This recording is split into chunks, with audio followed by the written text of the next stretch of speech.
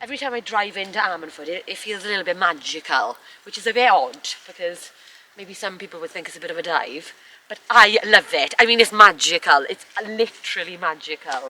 This was kind of where I had so many dreams like bubbling up inside of me, I guess, and thinking about my future, you know, as a little girl, and yeah, thinking about, oh, my Prince Charming, you know, and how gorgeous he'd be, and, you know, we get married and he'd sweep me off my feet, having this big family and having gorgeous children and hoping that they're not as vertically challenged as their mother.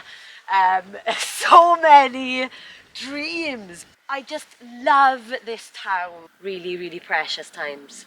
You know, I'm so thankful for the people and the places in this town, because I guess it shaped my faith journey, and my faith journey has been what my story is all about, and it all started here in this town.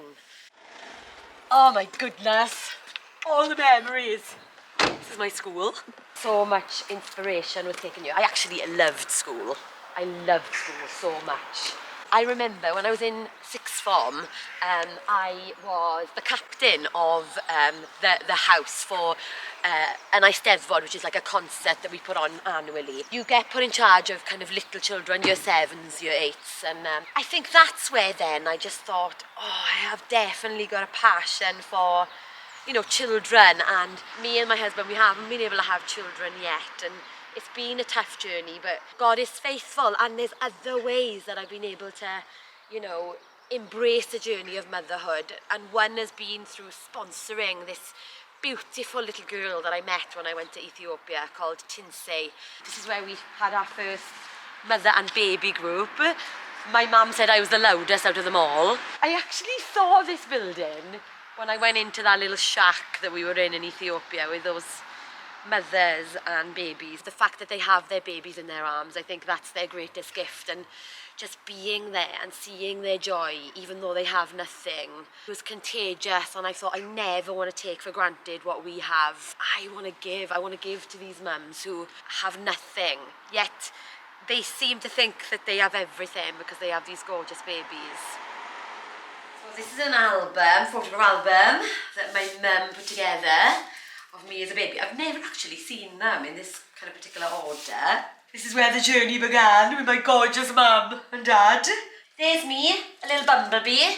Creativity starting young. I think I was about, I don't know, maybe 3 there. I used to absolutely love dolls. I would have probably planned that I would have had a baby, gosh, when I was about 25, and you know, that hasn't happened for us yet, and sometimes I have struggled with that. I've had some real down seasons, you know, about not being a mum yet and seeing all my friends, but just trusting in God that his timing's perfect, his plans are perfect. I saw these mums and babies and just thinking about changing the narrative in my head, and you know, never becoming resentful about young mums, even though it was something that I so wanted and didn't yet have. But how could I turn that around? Somebody had a prophetic word for me actually and said, within the next decade, you will go to Africa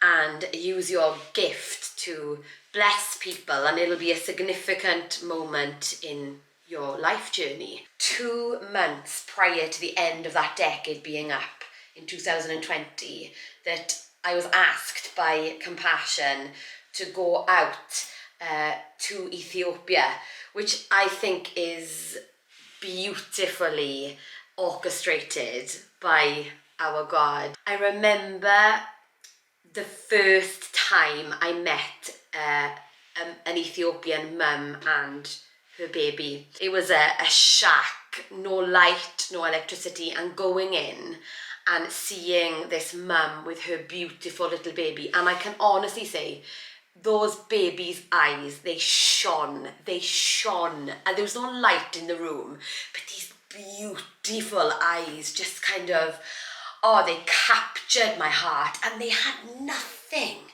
That was the first moment I thought, when I get out of here, I am going to immediately ask if I can sponsor this beautiful little girl. That I could, you know, be some sort of a mother to this beautiful baby, even from afar. I'll always consider it one of my greatest privileges. Yeah, I just remember walking down this drive and there was a kind of gated blue wall with like kids' little graffiti on it, walking into this mother and baby project. And there was one particular lady who, she just started sobbing as she kind of stood up and held her baby close to her and started talking about how her husband had left her. She was a single mum. She had this little baby and a 5-year-old, and prior to this project, she had nothing. She had no money for her rent. She had no clothes to put on herself or her baby, no food. And she was just sobbing, I think, as she, you know, was realizing again what this compassion project had done for her, how it had supplied, you know, all these things that she had not had. And we heard other of the mothers' stories, and it was just the same. It was, we had nothing. Like, you know, these children and mothers would probably have been, you know, left for dead at worst, and yet here they were having these things, these simple things that we take for granted provided for, and they just kept saying thank you, thank you, thank you, thank you. I wanted to bless them back in the way that they blessed me, because I knew I would never be the same again after that moment.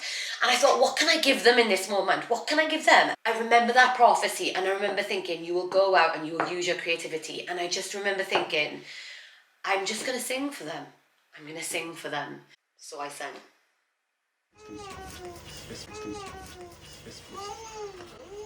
Now may the peace of the Lord be with you, be with you. As I just started singing, I wasn't just singing it, it was my prayer for them. I was asking the Lord, you know, like, help this prayer, Lord, be infused by your Spirit, that it wouldn't just be a prayer, that it would be your breath prophesying over these lives, that these lives, Lord God, would be lives enriched with peace and enriched with your face turning towards them. And there was just a hush in the room, and we just believe it was, you know, God's presence just coming in like only He can. May the Lord